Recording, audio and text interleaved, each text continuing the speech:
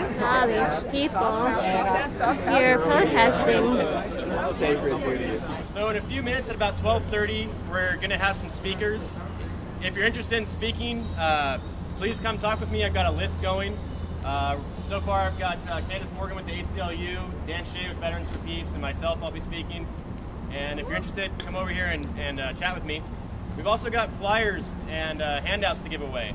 So the plan for today is at around 2 o'clock, after we have some people from the community or wherever we stop talking, we're going to head down to the waterfront and pass out information and engage people and talk with them about this issue, about what's going on with the National Security Agency. It seems really surprising to us because we're all here and we're all interested in this issue, but there's actually a lot of people out there that have no idea what's going on. And those are the people we want to reach out to, because if we can just double the number of people who are aware of it, it's going to double the number of people that come out to these sort of events. So that's what we're hoping to do. And then around 3 o'clock, we'll end up at Terry Shrunk Plaza, which is in front of the Federal Building. Please join us there if you want to have a conversation about what our next steps should be, because I don't think this rally alone is going to do a whole lot to change the government's opinion. But we need to ask ourselves, do we want to do a letter writing campaign around Wyden? Do we want to do acts of civil disobedience? Do we want to go out there and do street theater? What do we want to do next to try and communicate this message to everybody? So that's all I have to say for right now. If you're here by yourself, raise your hand. If everyone has a hand raised, just look around you and talk to people. I saw your hand was up. Keep your hands up.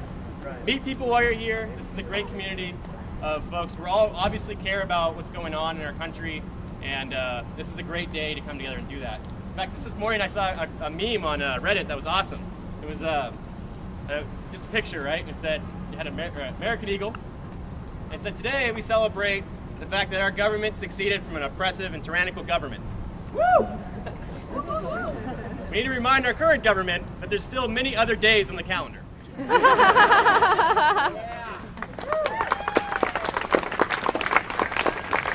Please talk to each other. There's information here to hand out if you want to talk to people while we're down at the waterfront. Otherwise, we're going to have kind of an unstructured walk along the sidewalk down there. And if you want to do chants or something like that, feel free. And yeah, thank you, everybody.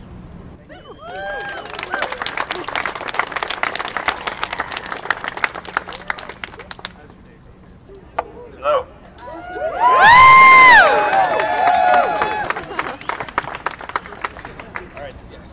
Thank you all for coming. Again, my name is J.L. Dunn. I served in the U.S. Air Force. I served in the U.S. Air Force from 2003 to 2007, and part of that time was here in Portland. And during that time, I took an oath to the Constitution, and it is in fulfillment of that oath that I'm out here today. Can I get real quick? Anybody that has taken an oath to the Constitution in the past, can you raise your hand? All right, thank you, everybody. Thank you. A couple of us out here. I don't want to remind everyone why it's so important, and I'm not going to speak first. I'll chat in a little bit with all of you. The person I want to introduce first is a longtime friend of mine, Dan Shea. He's a former board member of Veterans for Peace here in Portland in the national group. He's a Vietnam veteran, and I consider him like a mentor and a father in many ways. And he's always been there to provide advice and make sure I'm not going astray. So with that, Dan.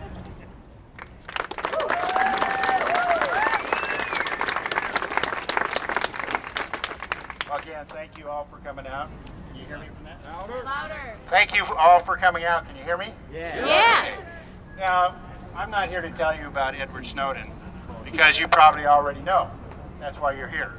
But what we need to do is to talk about what the media has done in support of our government in playing Where's Waldo.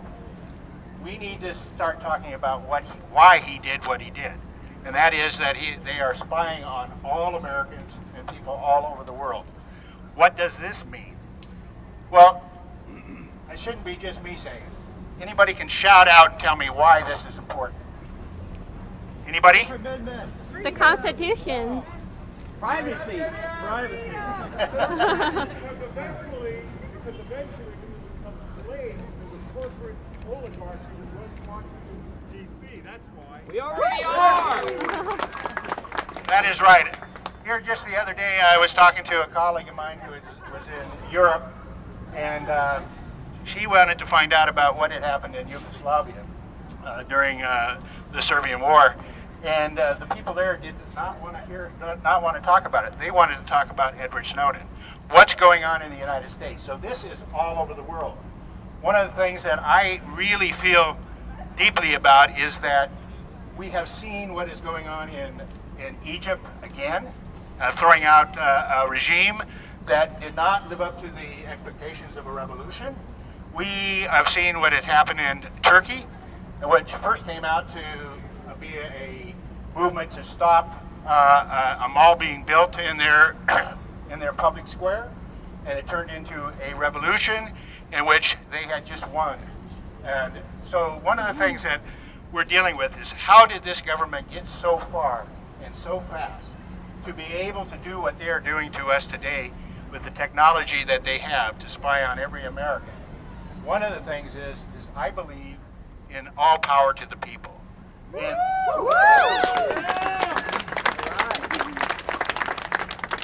they cannot do this without the people giving them the power to do that.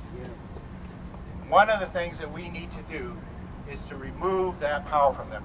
We need to resist. We are out here today to resist their spying on us, their control of us, and we need to let other people know so that they can resist too. Thank you.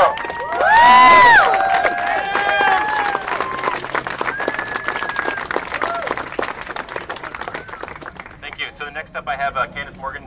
Candace is the president of the ACLU of Oregon. Thank you.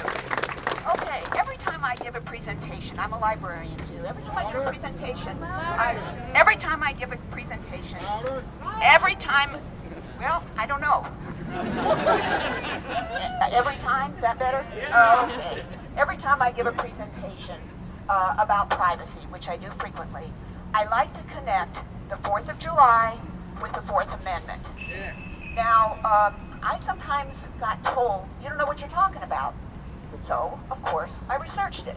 And I'm going to give you just a really brief chronology of how that connection connects, which does tell us for sure the 4th Amendment is at issue here, even if we're not necessarily talking about somebody coming into our home. So, 1662, Parliament passed a law authorizing what were called writs of assistance. A writ of assistance is allowed the British government to send agents to enter a home, a cellar, anywhere where they might have had information without any suspicion of a crime, without any specificity in relationship to why that was happening. In 1696, Parliament passed that and said this applies in the colonies also.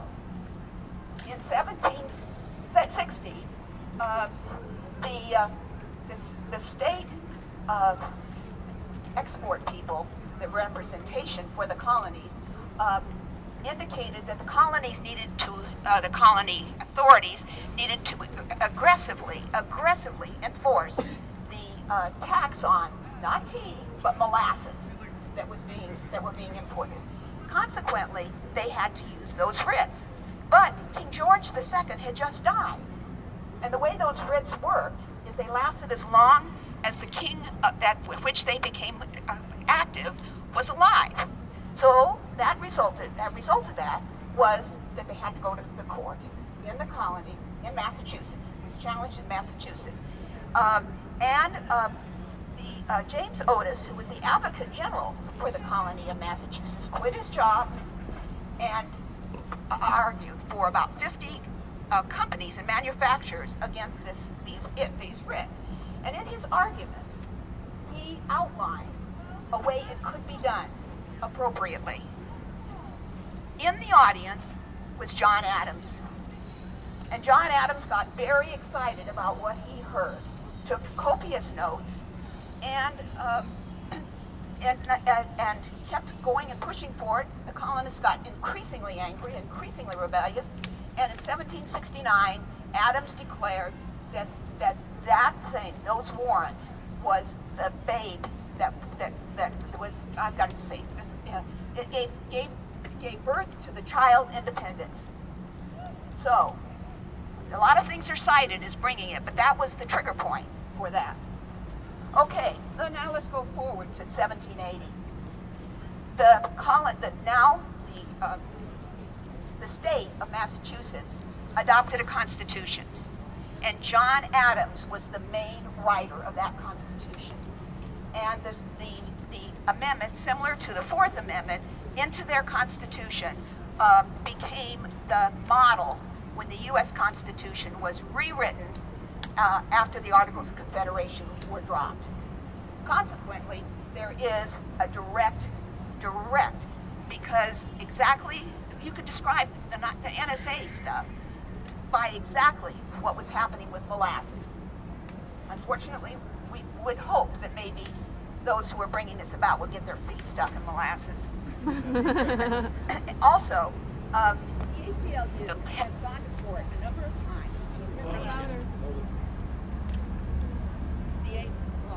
Turn it off? Trigger. All right. Okay, how to silence me, huh?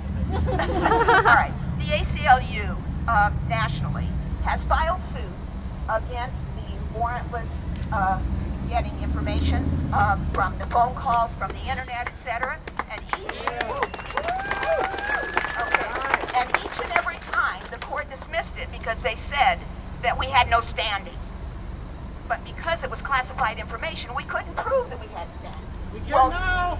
But yes, and guess what phone company the ACLU uses for all of its lines nationally, including the line a whistleblower might call for help?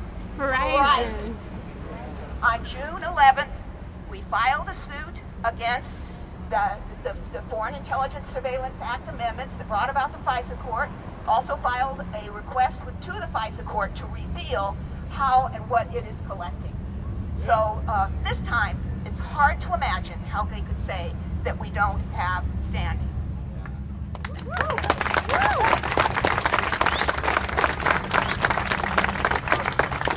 You've already heard some statements about what you can do about this, and I have several things to suggest. One of them is very right, to contact all of your representatives. Now, don't forget your state. They don't answer. Well, do it and do it and do it. Don't get stymied. Don't get knocked out. But don't forget the states. Do you know that in Oregon, the way that our Constitution, Article 1, Section 9, interprets our search and seizure protection to provide us greater rights than that provided by the United States Constitution. For example, have you ever wondered why there aren't those mass blocks over the holiday like this to stop every car to see if they're drinking or if they're texting? We can't. Our Supreme Court said that violates our Constitution. Good. At the same time, they pointed out it was cheaper and more effective just to put more patrol cars out and get a reasonable suspicion that something's going on. So do that. If you live in Portland, it is unlikely that you will be arguing anything different than what your elected representative says, but you need to thank them. Now, Congress, you need to do the same thing. And most of our delegation is right with us. In fact, I would like everybody in this audience to go home and send a message to Ron Wyden thanking him for the courageous stand that he took. He was this close over the line of revealing classified information that he has because he's on the Select Committee on Intelligence. So we need to thank people that do that. All right, now you also need to never, ever, ever say privacy is dead. Do not do that. No. Because when you give your information to a third party, like your telephone company, your internet provider, you're doing that knowingly. Nobody's taking it from you. And the bottom line the courts say is that when you do that, there's no expectation of privacy. However, if there are Bill of Rights issues related to that, also other ones like the First Amendment, then the case would, in fact, have heightened scrutiny. In other words, you'd have a chance of prevailing. But the courts have ruled, in the beginning in the Katz case, that if you give your information to a third party, it can remain private. It is covered by the Fourth Amendment if you have an expectation of privacy and if society thinks that it's a reasonable expectation. They also said that this is an issue for the states, that the states need to determine those rights. And we have done that in Oregon with the way our Constitution is interpreted. But if we give up and say privacy is not there anymore, there's nothing else to protect us in terms of going to court. So that's extremely important. And then the final thing is that this organization is amazing. I can't believe how fast you joined, and it's great. However, you're raising money. You're trying to get on foot. You're trying to get some ability to get going. There are many organizations out there that are fully developed, have lots of support, and have attorneys to go to court. And I'm going to mention two of them that are really, really good in terms of that. One is the Electronic Frontier Foundation. Familiar with that? Go there and donate. Doesn't matter how much, support them. Because it's numbers as well as money that counts. And the other is the ACLU. The ACLU fights for all liberties. Privacy is top of the line. There is the Second Amendment. Yes, that's right. Don't forget that thing. Oh, yes, the electronic privacy. Yes, go there too. There are many of them. I don't want to go, I'd spend a lot of time, you don't want to hearing all of them because you can find them yourself. But the ACLU does cover all civil liberties, and it is important that we have membership in this state, because the membership in this state gives us more credibility in relationship to national policies and what's happening. So, and it's only $20. So join the ACLU. It's a good investment, and again, with the numbers count. The numbers will count. So that's all I have to say, and keep up the good work. Just as a reminder, I have a sign-up sheet right here if you'd like to speak. I'm hoping that we can have a few people out here from the audience that want to share what they have to say. I know you all have great ideas about what we should be doing. The thing I want to talk about is activism and political rallies. You know, a lot of us here are really inspired to be here. We think this is going to do something meaningful, but there's a lot of naysayers in society today because we saw the failures of Occupy and Tea Party and so many other political groups that came together over issues really have no political change effect out of those events. So I want to share two stories of people coming together to actually make real changes, and they're both from my community, the veteran community. And the first one is actually from here in Portland. Back in 1932, a guy named Walter Waters was, during the height of the Great Depression, you know, he lost everything, and he wanted to go get money from the government because the government owed him money. Back in 24, I think it was, the government passed a resolution saying that if you served in World War I, whether at home or overseas, you'd be given basically $1 a day, up to $500. But this money wasn't going to be paid out until 1945. And this is the middle of the Great Depression. Everyone's poor. So the veterans in particular knew they were owed money, and they needed to go fight for it. So Walter Waters, a guy from Oregon who was in Portland, decided to speak up about this issue. And he went to an American Legion Hall and said, we need to march on Washington, D.C. and get this money back. And that's exactly what he did. 200 guys left, 200 veterans left Portland from the train station down there and went to Washington, D.C. And when they arrived, they were, I think, 6,000 of them. The message spread across the country like wildfire. Yeah. By June, just months after he had had his initial conversation about walking to Washington, D.C. from Portland, there was 17,000 veterans there. They overwhelmed the state police. They had to call in the Army, and eventually, unfortunately, the Army was called in to disperse their camps. But they called themselves the Bonus Expeditionary Force, and this movement was so powerful, it resonated so heavily with people that people came from all over the country and organized and took trains out. They found any way they could to go to Washington, D.C. because of one guy's speech here in Portland. So there's some power there. And eventually when they ran out of Washington, D.C., the images that resulted of that led to FDR being elected. A lot of newspapers back at the time contributed to mistreatment of veterans by the U.S. Army in Washington, D.C. at the time to a massive change in politics in this country. And that eventually led to things like the GI Bill of Rights that we have today, and so many other benefits. And that all started from one guy here in Portland, Walter Waters. So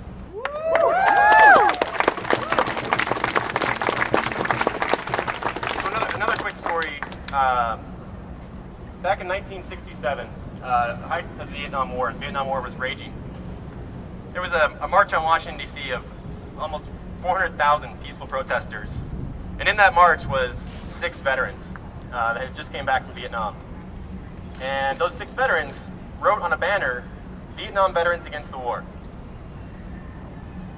They didn't have any intentions at the time of making it an organization. They didn't have any idea of what they wanted to do. They just wanted to identify themselves as veterans and march in this peaceful protest to show their opposition to the war. By 1970, Vietnam Veterans Against the War had 3,000 members, and by 1972, it was 10,000 members, and it just kept growing. And today, it's still an active group. And that all started from 6 guys in a rally who wrote Vietnam Veterans Against the War. It became a massive national organization and directly contributed to the end of the war in Vietnam. So small events like this.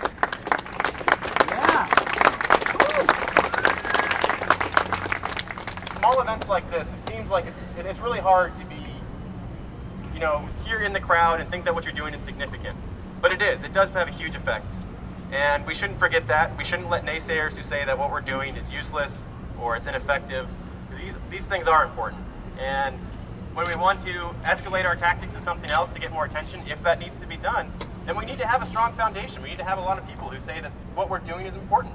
So when people talk about, armed marches on Washington, D.C. or storming the Capitol or whatever it is they think is going to work to get change they want to see, we need massive popular support first. And the way to do that is to have rallies like this. And so I really appreciate all of you coming. I was really kind of afraid, truth be told, on the planning meeting on Saturday, I was the only guy there. So one person came late, but I appreciate all of you being here from the bottom of my heart. And there's a sign-up list here. If you want to talk about why you're out here, please sign up. Next up on the list, I have Tom Madison, if you're still around. Yeah.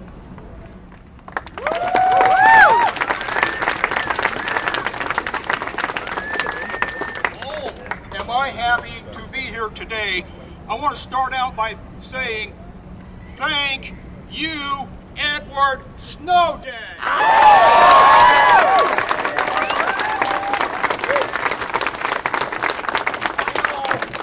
But I don't have to tell you what good he has done to expose the dirty, rotten United States government.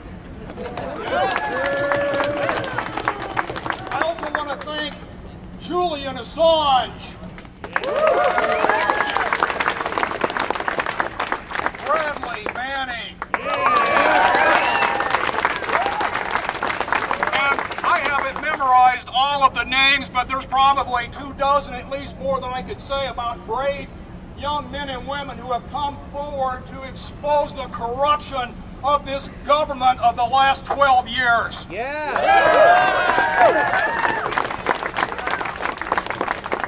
yellow sign here says, if they lied to us about the NSA secrets and spying, what else are they lying to us about? Everything! Libya, Syria, where else? Everywhere. But I do want to say, and one of my other signs here really, I think, gets down to the core of our problem. If I can get you to agree with me, the 2 parties are a joke, and we have to start thinking about alternatives. It turns out that the fascist party of the USA is in power today. And that party is a hierarchical power party where money at the top, money and wealth of the 1% is in control of this society today. And if we want to change that, you better get out of the left-right matrix. The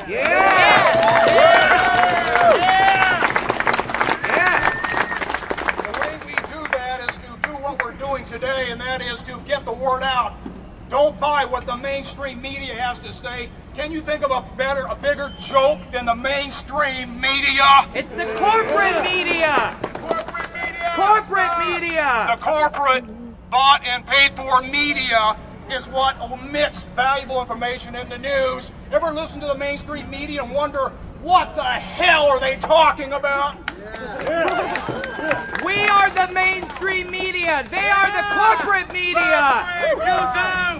So I want to end up just saying that, pass out those leaflets, those trifolds. Let's get the asleep citizen out there on the street that doesn't know what's going on. Let's help them understand what is really happening in this country, to our rights being flushed down the toilet, and for the powerful to take us into a nuclear third world war. If we're not careful, we better start getting the word out and save ourselves and save this planet.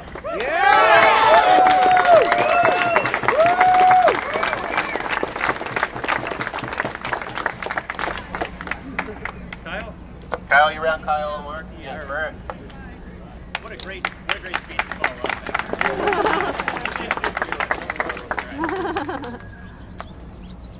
Testing. Okay. Hi, my name's Kyle Markley. I was actually a state representative candidate last year with the Libertarian Party. I did not win, not unexpectedly. But I came down here today, and I'm not representing the party, but I wanted to just say, what my background was. And I wanted to say a few things about what's going on with this. The lady from the ACLU stole some of my thunder. I wanted to talk about the historical aspects here, and not to repeat too much, but I'll just say that the Fourth Amendment was designed exactly to prevent the kind of suspicionless searches that are occurring with this program. Of course it's unconstitutional. The Constitution requires that you are able to articulate some ground, some specific information about what you're searching for. And the program that the NSA has is just sucking up all the metadata for all the communications for all the people in the entire country. The world! Yeah, in fact, the world. It's huge, and it does not fulfill the requirements of the Fourth Amendment places. And it's horrible that we have this very secretive court that issues these secret opinions on a basis that they have not been challenged. We have the government saying we want to be able to do this, and we have a judge who is considering their argument, but they're not considering an alternative. There is no one in the process that says, no, actually, this isn't constitutional. It's just the government asking for it and the judge on a secret court saying, okay. The argument that it's unconstitutional needs to be heard, and that is what has been missing in this process. I would like to... Yeah. Thank you.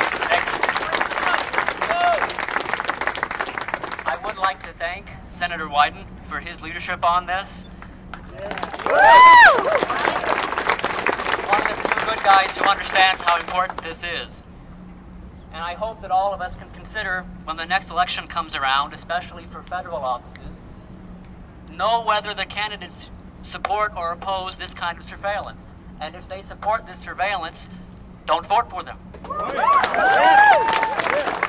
if that means you're voting for a third party, perhaps libertarians, great. Send that message. Get people who will respect your rights into office. That's what we need to do.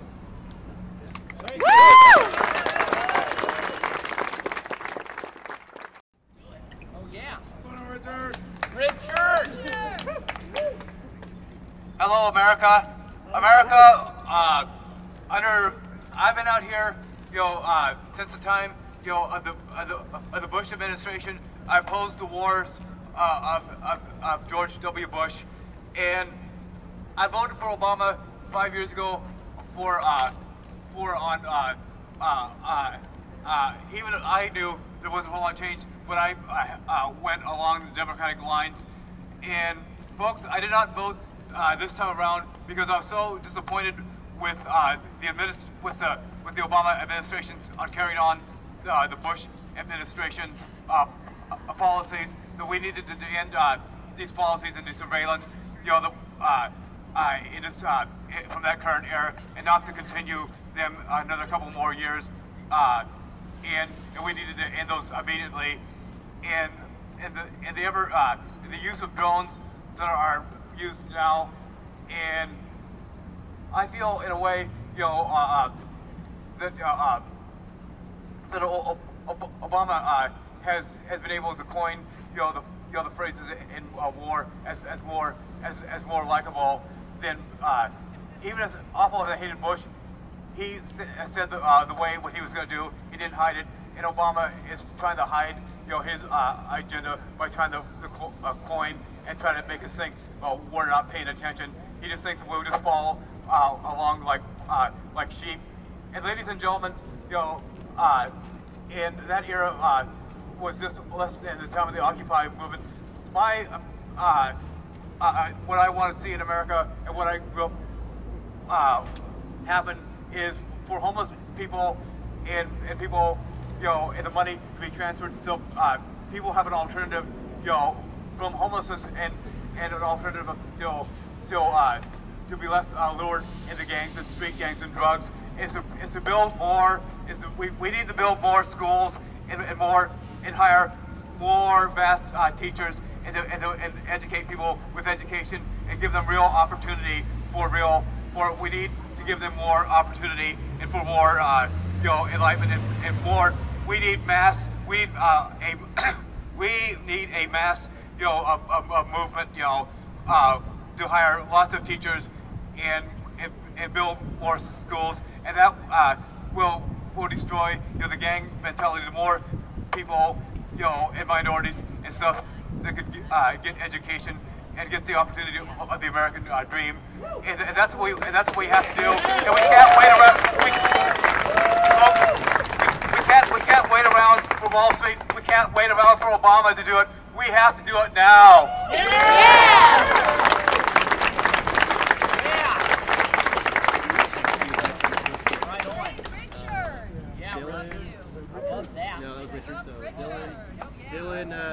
Dylan Frederick? What? All right. This is another person who shows up to our planning meetings, so he's another person who got something together. Hey guys, you guys can hear me? Yeah. Speak loud. Okay, so the reason that we are here today is because of the erosion of our civil liberties and our civil rights. Specifically, we're here today for the Fourth Amendment, but if you guys have been living in the same country as I have for the past decade, you've seen pretty much 1 through 5 on the Bill of Rights just get cut down. Every year, one after another. Habeas corpus gone, freedom of speech, it's arguable, but I think a big part of what's going on today is something that really bothers me about this whole thing is all Edward Snowden did and Bradley Manning did and other whistleblowers did was tell us the truth. Yes. Yes. In order for the press to work in this country, they are the fourth branch of government.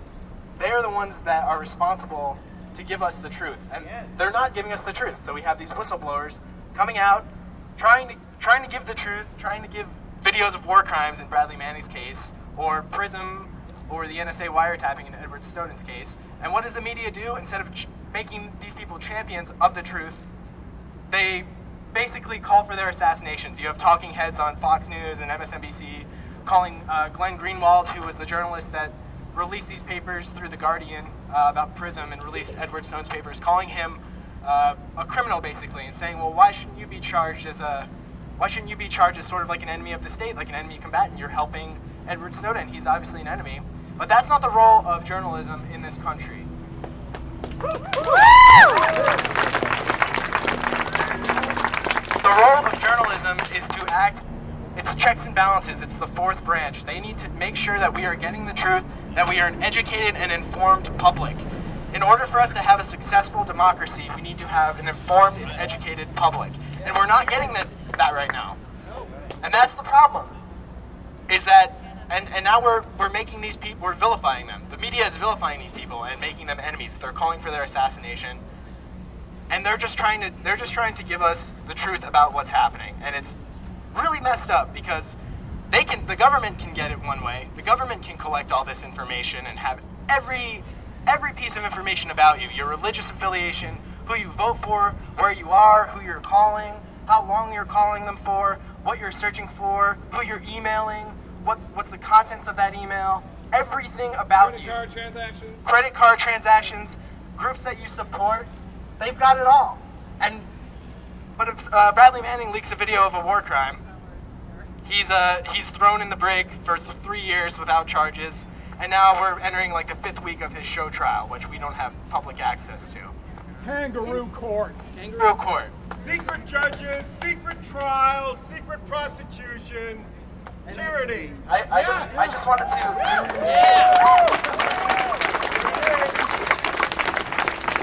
And I just wanted to say, it was John F. Kennedy who said the very word secrecy is repugnant in a free and democratic society. I also wanted to touch on one more thing. I have some notes. Hold on 1 second. Let me pull them up. I'm sure the NSA has these notes too. We want them to. He was talking about the Bill of Rights being scratched out. I actually have a game here. I call it the Bill of Rights scratch out game. So it's a copy of the Bill of Rights. I've already lined out the 4th Amendment for you.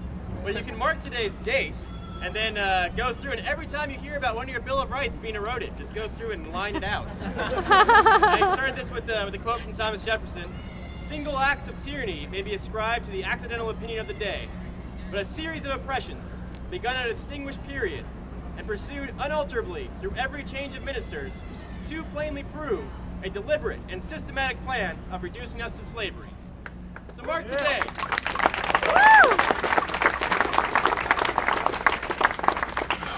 Okay. Another thing I wanted to talk about is if people didn't come out today, and we did lose our right to privacy, they're winning.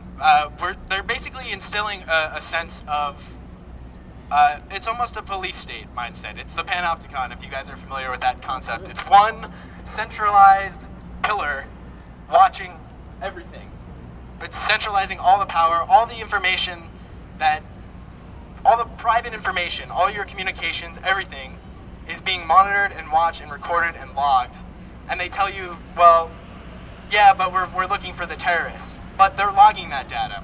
Who's to say that you won't become a terrorist just for being here in a couple U.S. weeks? citizens are terrorists as far as they're concerned. They're targets, potential targets. The NSA is recruiting around colleges. I think they're going to be at Portland State in a couple weeks, but Let's protest them there. hell yeah! And I'm glad you said that, because another thing I wanted to talk about too is the danger of this is also self-censorship. So if you have this fear of Big Brother watching you, right? I mean, you're going to censor yourself. You're not going to say things that you want to say. You're not going to do things that you want to do for fear of repercussions. And that's oppressive. That's not how a democracy functions. You need to be able to express your ideas and your opinions, and you need to be able to do it freely. You need to have freedom of speech and assembly, and you need to have privacy. You need to be able to communicate those ideas to people privately, and you need to be able to organize privately. And another big part of this Snowden story is that I don't know how many of you are nerds. I know we all are because we organized this on Reddit. But the NSA said if you encrypt your data, if you are using encrypted channels of communication on the internet, you're basically a target. They hold those communications. They hold those communications for a longer amount, and you're more likely to be a terrorist. All of us. They can't keep all of us. They can, but they're trying. They can and they are. Make it all of us. All of us. That should be our default. Everything encrypted. Everything encrypted. Tor. Exactly. There are tools you can use, but the more you use those tools, I mean, the more that we allow this to grow, and the more that freedom of expression and truth goes to these tools like Tor or they encrypt it, I mean, the more that they're going to hone in on that, and you're more likely to be a suspect. The more they squeeze, the more we run through their fingers. Yeah. Well, thanks. That's all I really want to say. I appreciate you guys coming out. Thanks. Let me just make one announcement real quick. Certainly. Yeah. So, on the topic of tools that you can use for encryption, does anybody here study cryptology? Anybody here a computer hacker of any sorts? Guy with the anonymous mask on, you're putting your hand down. So if you want to learn about cryptology and crypto security and how to encrypt your emails and communicate privately, we actually do know that for a pretty much guaranteed fact that the National Security Agency, even with all their computer power, cannot break a certain level of encryption that all of you can use. It's all free. You can get on there and use it, and I will teach you how if you don't know.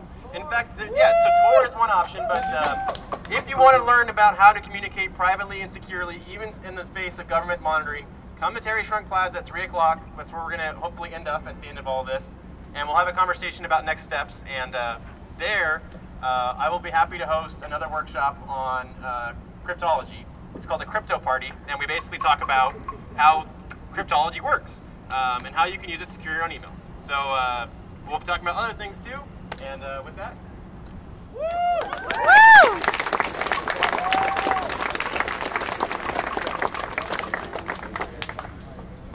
I know you can hear me in the back, but I want them to hear me in Washington, D.C.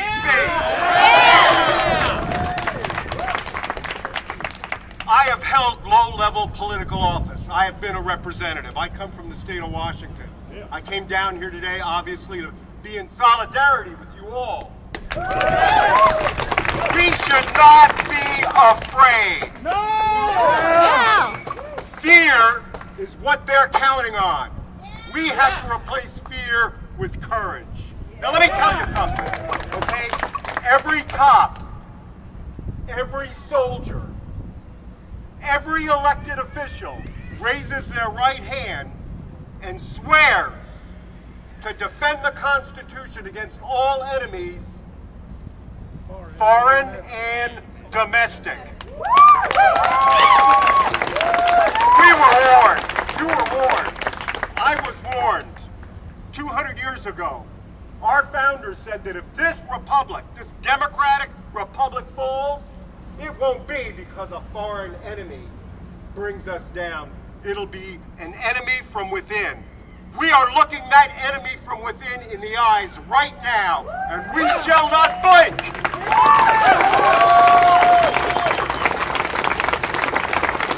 Now, I think it's extremely important that we learn lessons from the past. We can walk in the footsteps of great leaders who practice courageous nonviolence. Yes. There is nothing our opposition, our enemies want better than for people to commit acts of wanton violence. And so all of us must pledge ourselves, not only personally, but in dealing with the people around us, okay, that we will not tolerate violence and destruction. Otherwise, you aid the enemy.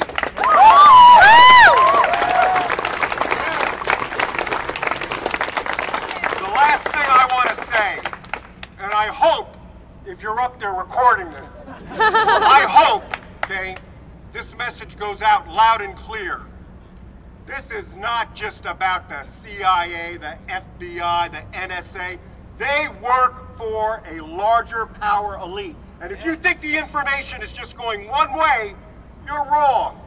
Okay? The same corporations, whether it's Booz Allen or it's credit card companies, they give and they get. And what this is really about is not protecting the United States from terrorism. It is about creating a docile, submissive populace that will do what the boss man says. Don't let them tell you if you haven't got anything to hide, you don't have anything to worry about. Because that's just bullshit.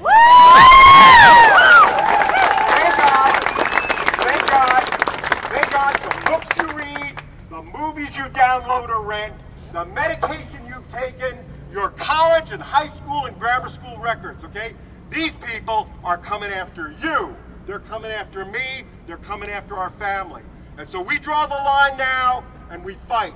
The way we fight is we've got to tell our neighbors and we have to convince people. Yes. If that doesn't work, here's my last comment.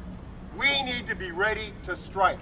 Our ultimate weapon is to do nothing! Our ultimate weapon is nothing! Imagine a day where America has had it, and we turn to the power elite, and we say, you know what we're gonna do?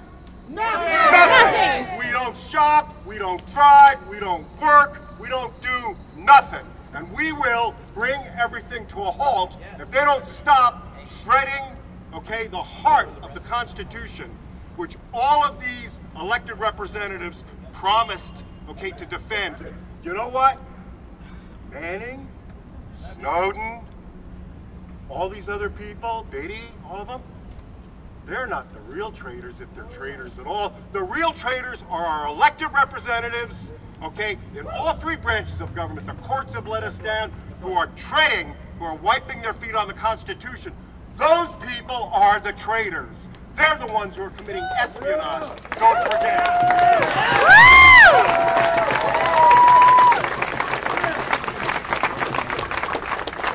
All right, anarchist Robbie. Robbie. Hey, everybody. Hey. Am I loud enough?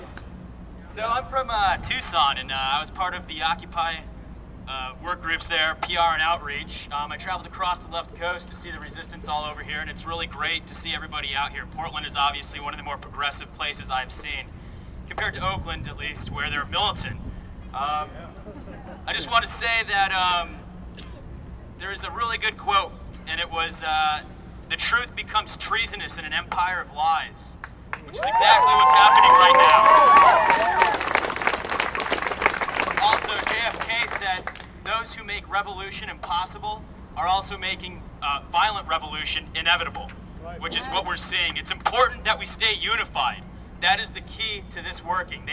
The corporate media has actually turned the Tea Party and the Occupy into left and right, which is how they are dividing us. We must remember that they are taking away the one thing that keeps us together, which is this Constitution. One thing that I noticed when I was in Tucson, which is a horrible place to be an activist, was I became subject to heavy intimidation. I was with the Green Party candidate, walking down the street. We were hanging out in the park a lot. I saw an unmarked cruiser, the really nice camera, take our pictures.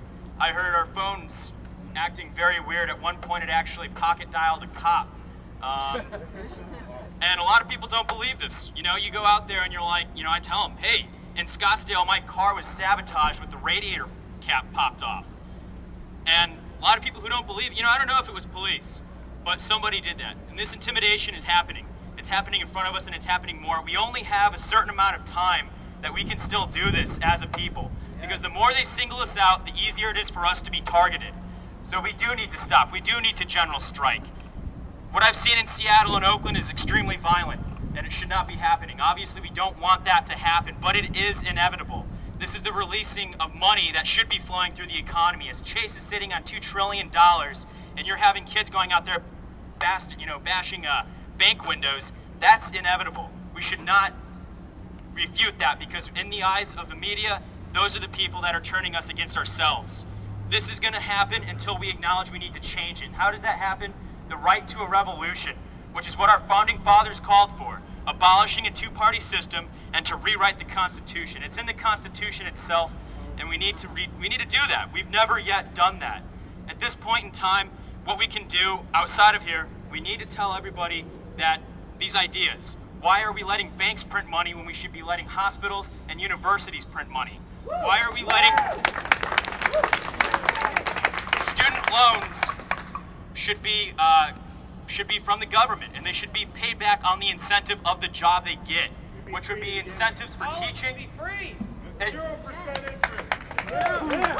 Exactly. You take the risk out of educating ourselves. Education ensures the preservation of our liberties as a society. They don't want education, they want to take our liberties.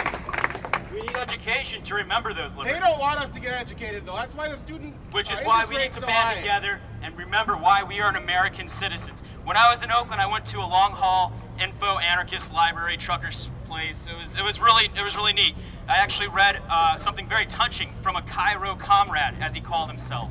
And I'm not a communist. I'm not, a fascist, because right now we have democracy and Republicans, which are both forms of dictatorship. And obviously, I'm a lot higher than that. It's a joke, because the long hair, I'm the long hair hippie type. But really, though, we need to be common sense based. We need to be derived that we are united as a people. And this letter from the comrade in Cairo, he said they're waiting on America to lead. And that's what America has been followed. That's what we've done. That's what we were started on. We came to this new land. We became something that no other hierarchy government has seen. And that's what makes America America. So what we need to do is we need to renew that and take back America and say it's new America. That's what we're doing this on. This is exactly what we need to do. We need to make it new again and restore the original Constitution, not what the corporate derives have done.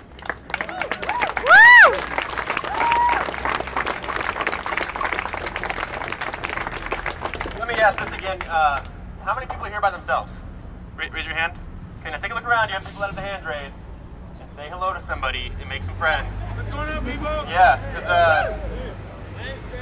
I think everyone here that's spoken so far, and I've got a couple more speakers on the list, we've all had important things to say, and I think the people do around you as well, and they can probably donate some time and energy to making the world a better place. So, Kathleen, Tour, there we go.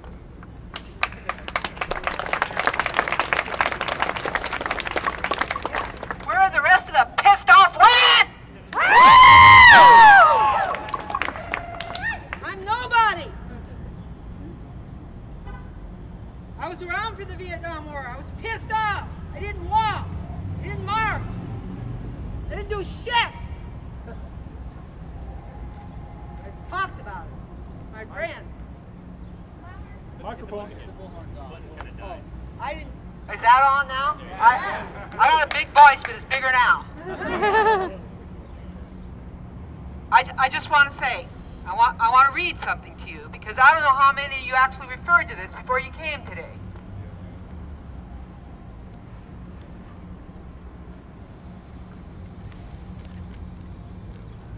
Fourth Amendment text. The right of the people to be secure in their persons, houses, papers, and effects against unreasonable searches and seizures shall not be violated, and no warrants shall issue but upon probable cause, supported by oath, affirmation, and particularly describing the place to be searched and the person or things to be seized.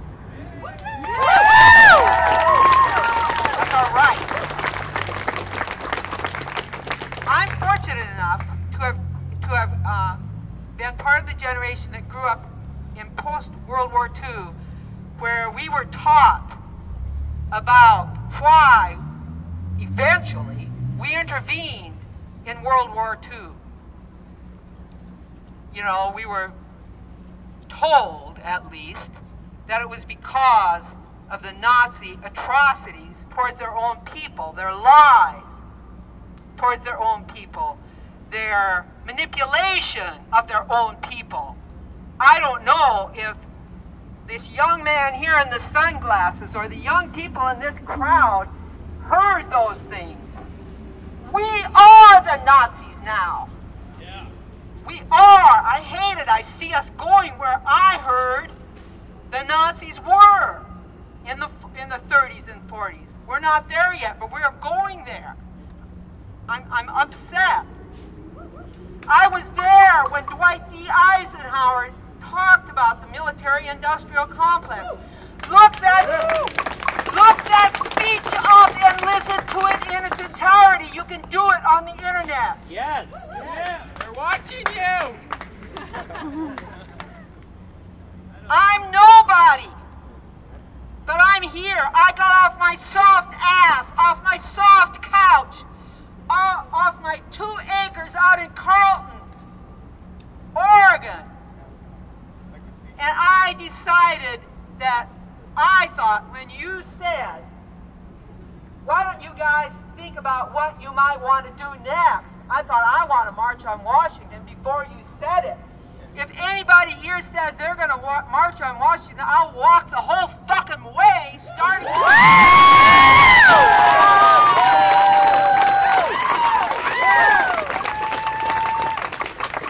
I heard somebody say something about how wonderful Ron Wyden has been. Well, I will tell you, I sent an email to every one of the Oregon senators and representatives asking for them to initiate impeachment of our president, whom I voted for twice, not because I think Obama's the problem, but God, let's do something, based on 2 things. One, NSA, I said it in more detail, and 2, the murder of an American citizen by drone. Yes.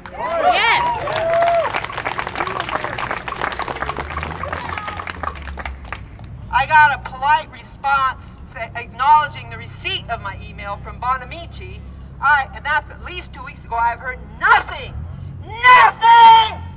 from any of the others, including White. Not a, I'm sorry, but I don't think that's appropriate. Nothing! The NSA has their records. They're being intimidated. Nothing! I sent a copy of it to the White House. I got on Facebook about a year ago because I wanted to play Scrabble with my daughter, and I'm so blah blah about the internet. That was the only way I knew how to do it. She's in Montana. And I went under an assumed name, and I never posted anything just because I had to be on there. Since this thing came up, I went under on my real name. And I've started posting things, including my intention to come here today. And I'm as public. I don't want to be encrypted. Fuck them. I'm spitting in their face. Everything I've got to say, I'm not saying anything illegal. Everything I've got to say is out there. We shouldn't have to hide. No, I don't want to be encrypted. I'm not going to any encrypting thing. I'm going on and on. I'm telling you, it's over. If we don't do something, it's over for all of us. Yeah. I'm nobody! And all of us nobodies had better start doing something. And I am very afraid of a revolution that changes our Constitution. Look at Egypt. They had their revolution. What'd they get? Zippity-doo-dah. And they're probably going to get zippity-doo-dah out of this last. We need to lead. You know? Reinstate the Constitution. So I'm nobody. You're nobody. Let's all be nobodies together and get something done.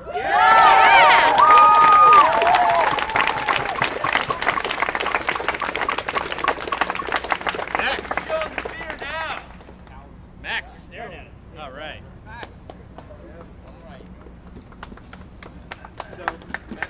Max here was another one of our people who showed up to our planning meeting several times. He also volunteered to come to our press conference, which no media came to. Thank you very much to the massive corporate media in Portland. None of them showed up to our press conference. None of them have showed up here. Anyway. Yeah, they're all a bunch of liars. And you can see, out of all the events happening today, I'm sure there was some massive bank robbery or something else so important that had to take on, you know, important news. A dog shit on a sidewalk, someone had to write a story about it. Tells how the CIA has infiltrated all corporate media outlets. Operation Mockingbird. Yep. Hey everybody. You hear me? Is this on? All right. So, I'm going to be kind of short and sweet here. I hope that we all talk to each other. You know, it's nice to be in the center and get all the attention from everybody. I've just got a couple of things that I think are very important that I want to share with you, and you're not going to get them from the media. You're not going to get them from CNN. You're not going to get them from CBS. You're not going to get them from, you know, whoever you listen to normally. All right? And you're probably not going to even get them from the so-called alternative media, because I'm afraid a lot of these people get money from places that you probably, well, you might not agree with all their agenda. So, go to the bathroom. They get their money from places where we go to the bathroom. Yeah, the toilet. So the first thing is you know, Snowden. It's nice that there's a lot of attention on this guy, and you know, some people are looking up what he actually said, and that's good. But you know what? He was hardly the first. Okay, there have been lots of NSA whistleblowers, and they have been severely persecuted. All right, so look them up and look up what they have to say in their own words. And I want specifically to direct your attention to a fellow named Russ Tice. He was an NSA analyst. Okay, he had his fingers in this dirt. All right. In a way that even Snowden didn't, you know, and he went through all the so-called proper channels and was kind of brutalized for it. But he remains free and alive, as far as I know. And you can Google him, and you can see what he has to say. He's come out recently, and he said some stuff that I'm not going to repeat to you. I wish that you will just go look it up. Okay? It's very important. All right. Thank you, Russ Tice. Second thing, Michael Hastings, he was a reporter. I'm afraid he's dead now. What happened? Well, he was driving a brand new Mercedes. He had recently sent an email to some of his colleagues saying that he was on to a big news story, and he was afraid that he was being followed and he had to go underground for a while. Well, the next day, early in the morning, yeah, specifically about the NSA and the CIA. So this guy already has a record because he has uncovered some of the torture and horrible things that the Army was doing, and there have actually, he's had some effect. Well, unfortunately, his car blew up, okay? Blew up. And people who are, in charge of, sort of knowing some things about cybersecurity, they say that what happened to him was consistent with a cyber attack on his car. Okay, now that sounds a little far-fetched, but look up the research, all right? It's all there. Modern cars are vulnerable to cyber attack. Yeah. All right, now Keith Alexander, General Keith Alexander, that guy on the fear sign, yeah, that's him. He's in charge of not only the NSA, he's in charge of this new thing called the U.S. Cyber Command, which those of us who've been paying attention have recently learned they do what they call cyber warfare, what we might call hacking or something like that. They do it on a very large scale, and they do it offensively, okay? They do it not only to foreign entities, they are doing it to us. They buy exports. Okay? So somebody wanted this guy shut up. It's very obvious, all right? But you know what the alternative is? It's not more reporters. The alternative is talk to each other. They can't monitor all of us. They don't have the staff. Okay? So find out what happened to Michael Hastings, but do some more digging. And for God's sake, talk to your fellow people. All right? That's about it. Can you all hear me? Absolutely. Good? All right. So a lot of people have spoken very eloquently before me on what we are likely all on the same page on, which is security and our amendment rights. I'd like to speak briefly about the power of naivete and of these big ideals. So I'm talking both of the ideals of America, the ones that we agree on, things like justice, equality, liberty, freedom, and also the ideals of community and of discourse. So largely I wanted to talk to you just to say thank you for all being here and for all discussing this. Because regardless of whether or not we make what could be called tangible change, the discussion and the opening of discourse is hugely important.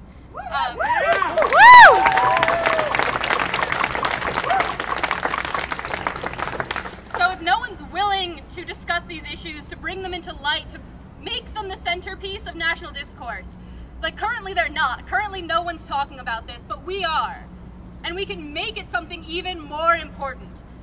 Through social media and through personal connections with people, we can actually discuss issues, which is awesome. So I encourage us all to do this. We're doing it currently, but continue.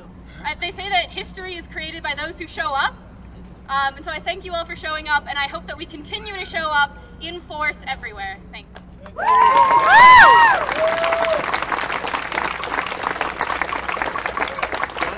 John Bartley. Johnny Round.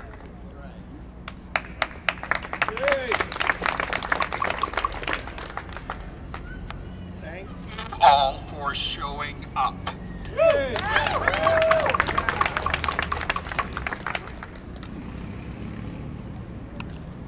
My great-great-greats fought so that I could talk to you today.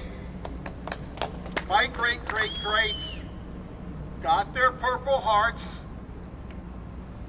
fought in battles, not to make any corporation rich. And they had corporations then. Look up the East India Company. What is old has become new again. It's just different actors. Be good friends to your Demopublicans and your Republicrats. Do not be hostile. Give every civil servant every cop the chance to listen to that still small voice of their conscience by being non-violent.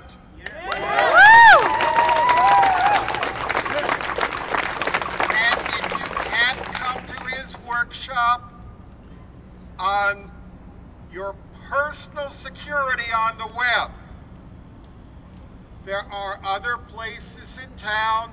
I teach it at Free Geek to anyone who walks in the door. If you know someone who's adept at computers, ask them about the NSA key in Windows. Learn Linux. Learn a system that you own and that you have faith in, because every piece of mail delivered to you is photographed and archived by the post office and given to the NSA without warrant. We can no longer depend on the mail. We must communicate. We must become cyber adept. Thank you all.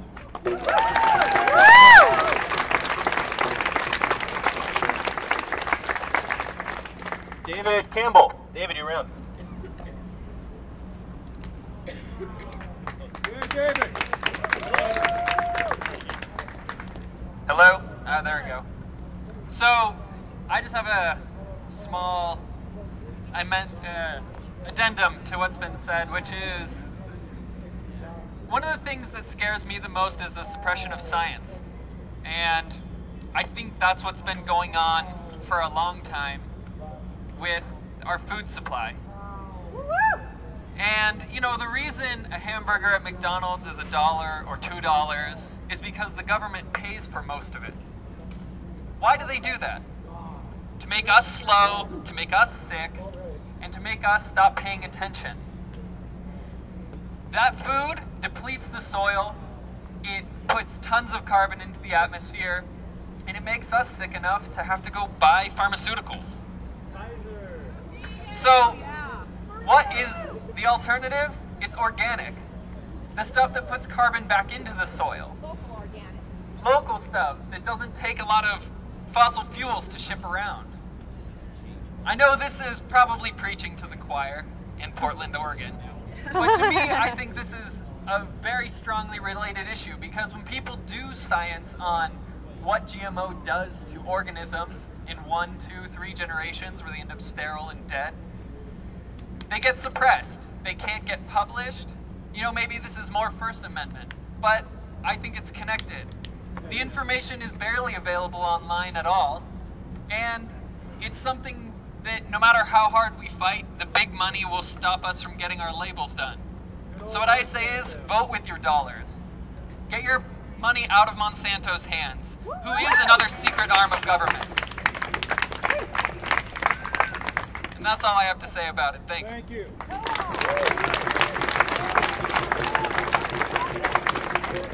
Roger Garcia. Roger, you're around.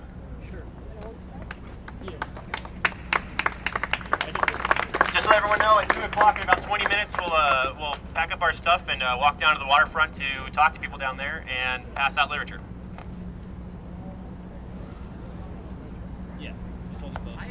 Hopefully that'll work fairly well. Yep. My name is Roger Garcia. I'm a 10-year military veteran from way back. I got out of the military in 1985. I put my ass on the line to defend my country, but that does not mean I'm going to defend my government against all comers. I defend my country, not my government, unless it damn well deserves it. And I don't see it deserving it very much right now. So that's one of the things I wanted to say, is it's important to thank the veterans. I do believe it's important to thank at least our senators, because they have taken active steps. Biden has been a hell of a thorn in the side of the intelligence community. He continues to be a hell of a thorn in their side because he wants them to tell us what is going on. he is forbidden by law to divulge some of the details he's heard, and he respects that oath that he took with them too. But he is working really hard to get that stuff fixed up. Jeff Merkley has also just kicked off a campaign to introduce legislation, No More Secret Government. Yeah. You gotta support these guys. Thank them, help them, volunteer for them, do things to help them be successful. They're trying to defend your rights. And a little bit about rights. The Fourth Amendment rights that we're talking about this afternoon are in the Constitution, but the Constitution does not give us any rights. The Constitution was put in place to help us defend the rights that we have already. We were born with those rights. We're going to keep those rights if we make it very, very expensive for people to take them away from us. That's how you keep your rights. You can't just sit back and say, well, let them do it. Step up and do it. What you're going to do is maybe inconsequential as an individual act. I think it was Gandhi who said, it's maybe inconsequential the act that you do, but it's extremely important that you do it. So basically, forget fear. They are watching you. You're not really going to have a chance to get away from that. Encryption's a good idea because if we encrypt everything, it'll make their life more expensive and more difficult. Great idea. Do everything you can to be obstructive that way, but live without the fear. You have to figure out a way to get past that. If they've got you afraid, heck, they've done a great job by having Snowden get all the attention he's getting, because he's probably chilling the crap out of a whole bunch of people who are going, oh God, they're watching me. They could see anything I could do. Well, so what? Yeah. You are free, sovereign individuals. Act like it. Right. Do something.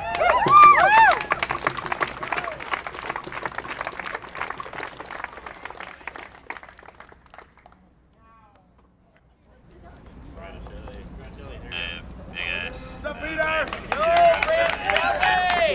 Can you guys hear me? Can you should I turn it louder? Turn it up. Turn it up. Louder. Okay. Hey guys. Yeah, so I just want to say, like, I'd like to see you all again sometime. You know, it'd be a shame if we all like gathered here for a few minutes and then flew off back into the trees, right? So, like, I think we should have a gathering space, like in the city, right? There's a gathering space right now in front of City Hall, as you all may know. And I'd like to encourage you all, you know, if you got some like free time, you know, maybe instead of going to the bar, you know, come on down. In front of City Hall, we have fun sometimes. I know there's like, you know, a lot of like violent and wild people there, and people there that'll like talk to you for about an hour about how the aliens built the pyramids, and you might not want to go. I know that's why most of you ain't there, but there's like lots of fun people there too, and there will be more as more people come to the gathering space, and we need a gathering space, right? We need to, you know, as each indigenous tribe is destroyed, we need to replace them with a little indigenous commune right in the middle of the city, don't we? So, I'd like to see you all there sometime. Yeah. Come on down, we'll do face painting, play some music, go on adventures. Yeah, it'd be cool. So, yeah, so don't be a stranger, folks. Thank you.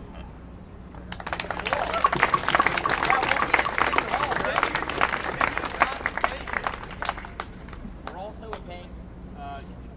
Tequila? Yeah, that's me. Tequila! Woo! Hello, Pete. Oh, damn. Okay. My bad. Is there kids out here? Well, just in case, I'll watch my language. My name is Tequila. I just came out here to say that I'm actually glad that I'm seeing about, because I'm probably about at 98% of the rallies, 95% of the rallies here in town, and I'm glad to see 99% of new faces. Yeah!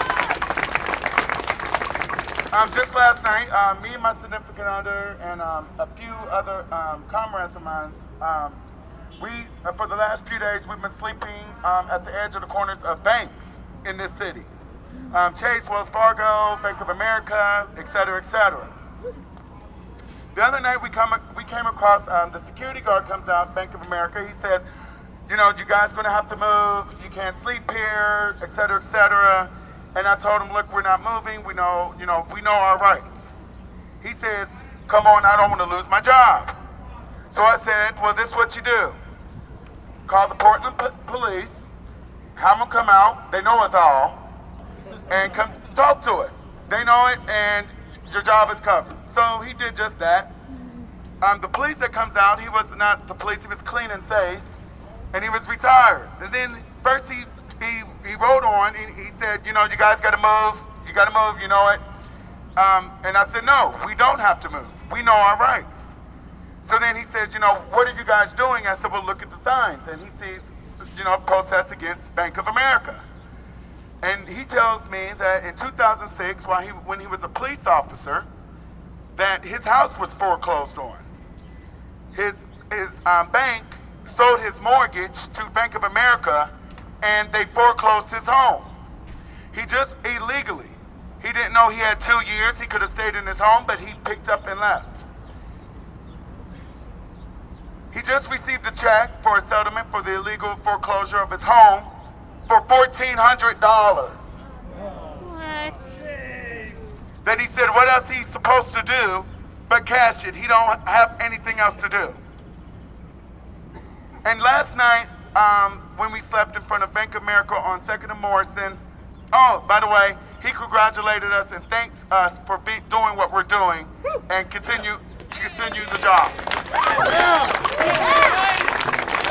Right on. So, how can I say? I'm sorry. Last night, I wrote a sign at Bank of America below me and my significant other's head that said, "We're just doing our job." Excuse me. I've been chanting about every morning, so my voice is kind of whatever. We're just doing our job. I wish we weren't alone.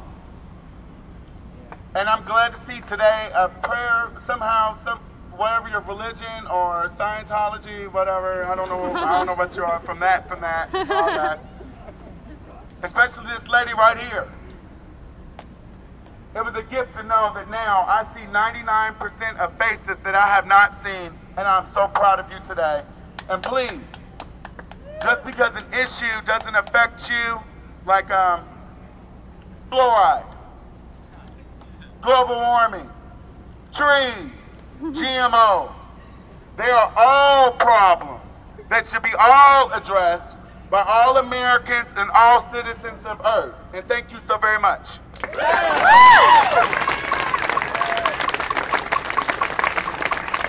Next up I got BJ. BJ didn't put a last name. It's BJ Round. Oh, there's BJ. Hey. And we have one other speaker after BJ.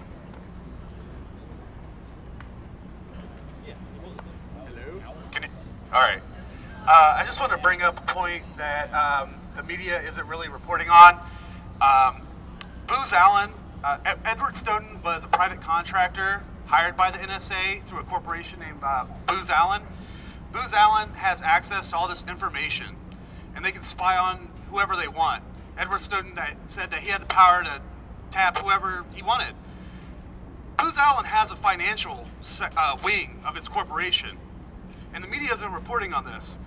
So they have an intelligence wing that can spy on anybody, but then they have this financial sector that they, you know, so there's a conflict of interest there that's happening.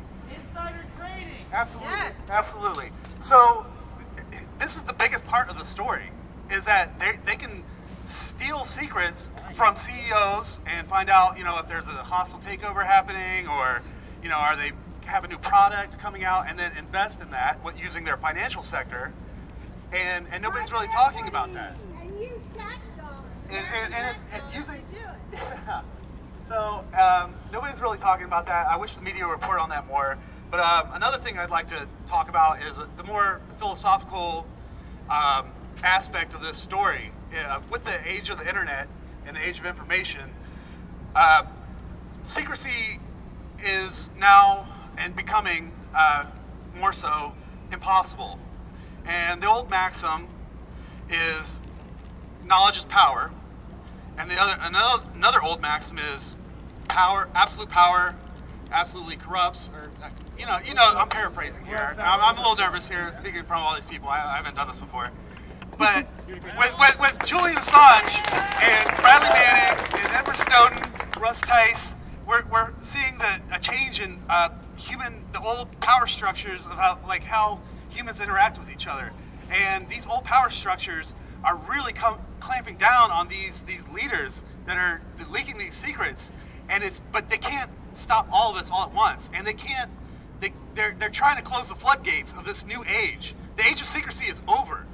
And that secrecy is what keeps these old power structures in place, and that's done with. It's coming. We're gonna see in our lifetime a new age, and I think just meditate on that and think about it. We're living in this new age, and it's the best time ever to be alive, because those old power structures that have held humanity back for so long are finally coming to an end. And thank you. Thank you. All right, so our last speaker is Jacob Dean. Jacob, you around? Right here. What's up, man? Good. Thank you for doing this.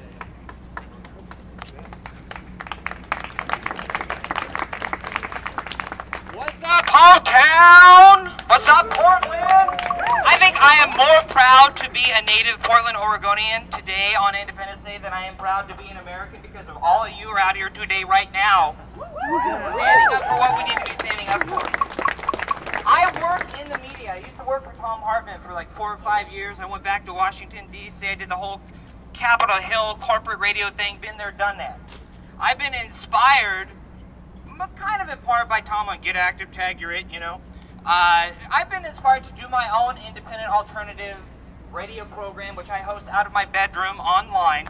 So if you, all of the people out here saying the media doesn't cover this, the media didn't cover this, the fucking corporate media doesn't cover this, but the real independent, alternative, radical, truth-telling media does cover this, and this is why I am here today, live camera.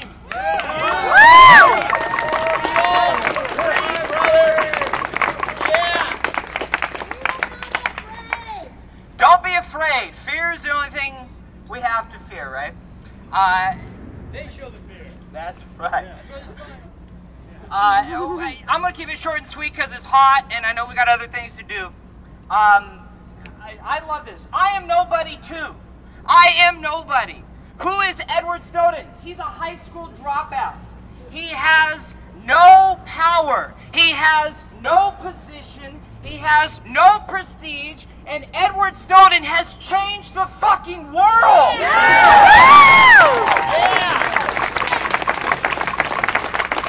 So never, ever, for 1 second, ever underestimate your ability to change the world. That's why we're here today. I close every 2-hour program that I do once a week. Filterfreeradio.com. That's my shameless plug. Sorry. It's no advertising. It's non-profit. I don't take money. I don't do commercials. I don't do shit. I cuss all the time, and I tell it like it is. I got a potty mouth. My apologies to the young ones. But all I say is, at the end of every show, get active, show up, participate, be the change, make the difference. That's what we're here doing today, right now. Thank you.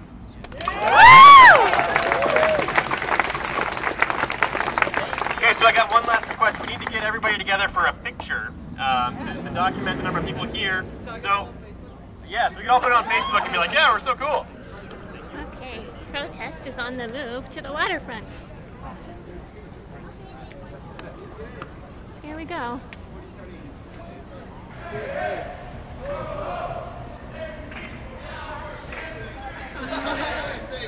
Oh no, PDX up! Oh no, PDX up! PDX up! Rock Crusader.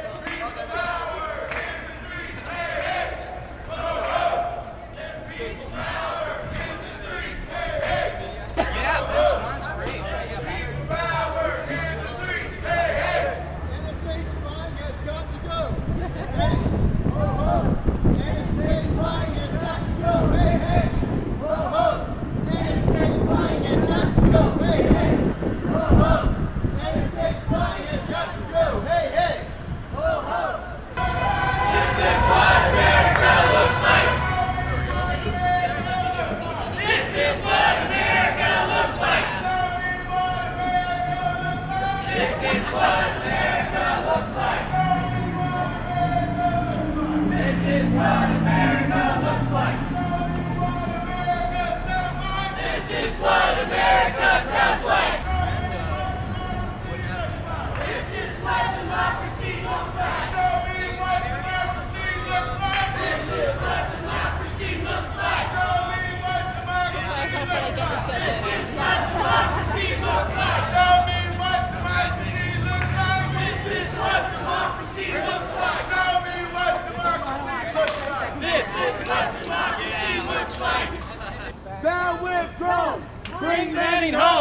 Down with drones! Bring Manning home! Down with drones! Bring Manning home! Down with drones! Bring Manning home! Down with drones! Bring Manning home!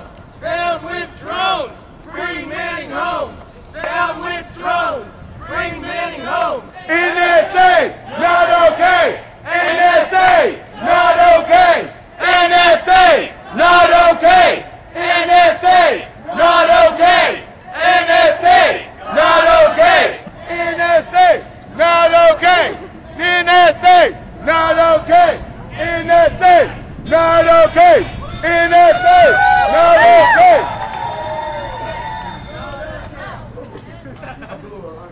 Restore the fort today! Restore the fort today! Restore the fort today! Restore the fort today! Restore the fort today! Restore the fort today!